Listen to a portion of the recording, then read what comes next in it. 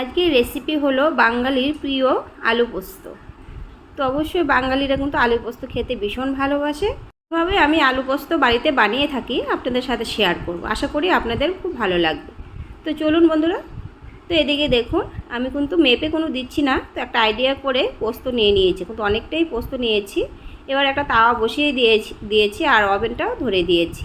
আর যেই বাটিতে পোস্তটা ঢেলেছিলাম সেটা কিন্তু একটু তাওয়াতে দিয়ে ভেজে নিতে হবে, হালকা করে ভেজে নিতে হবে। ওভেনটা একটু কমিয়ে দিতে হবে, কমিয়ে কিন্তু ভাজতে হবে। হালকা ভেজে নিয়ে তুলে নিয়েছি, ঠান্ডা করে মিক্সি জারে দিয়ে ঘুরিয়ে নিয়েছি। অল্প ঘুরিয়ে নিয়ে দিয়ে দিয়েছি হাফটা চামচ নুনটা দিয়ে ভালো করে মিশিয়ে আরেকবার ঘুরিয়ে দিয়ে দিয়েছি কিছুটা কাঁচা লঙ্কা, 4-5টার মতো কাঁচা লঙ্কা দিয়ে একটু জল দিয়ে ভালো করে পেস্ট করে নিয়েছি। এইভাবে কিন্তু মশলাটা পোস্ত বাটা করে নেবেন, খুব ভালো লাগে আলু পোস্ত।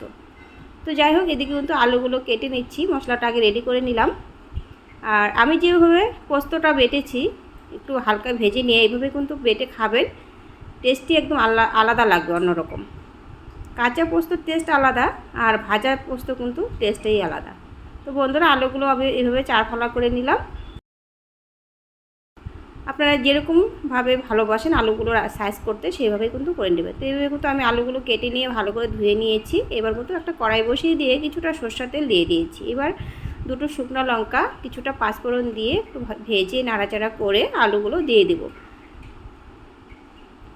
অবশ্যই কিন্তু আলু পোস্ত, ফুলকপি আলু পোস্ত, যে কোনো পোস্তই করুন না কেন, অবশ্যই সরষের তেল দিয়ে রান্নাটা করবেন, তাহলে খেতে ভালো লাগে। তো আলুগুলো ভালো করে একটু লাল লাল করে ভেজে নেব। বন্ধুরা, আলুগুলো কিন্তু ভাজা হয়ে গেছে, এবার জল দিয়ে দেব।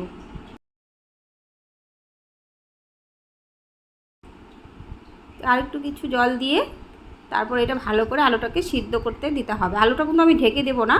আর দিয়ে দিয়েছি 1 চামচ নুন। আর যতটুকু জল দিয়েছি ঢাকার কোনো প্রয়োজন নেই, এইভাবেই সিদ্ধ হয়ে যাবে আলুটা। তো দেখুন, আলুটা কিন্তু প্রায় অনেকটাই সিদ্ধ হয়ে গেছে। আর একটুখানি হলুদ দিয়েছি, আপনারা চাইলে দিতেও পারেন, নাও দিতে পারেন। এবার দেখুন আলুটা কত সুন্দর সফট হয়ে গেছে। এবার দিয়ে দিব সে কাঁচা লঙ্কা পোস্ত বাটাটা। দেখুন পোস্ত বাটাটা কত সুন্দর হয়েছে, দিয়ে দিয়েছি।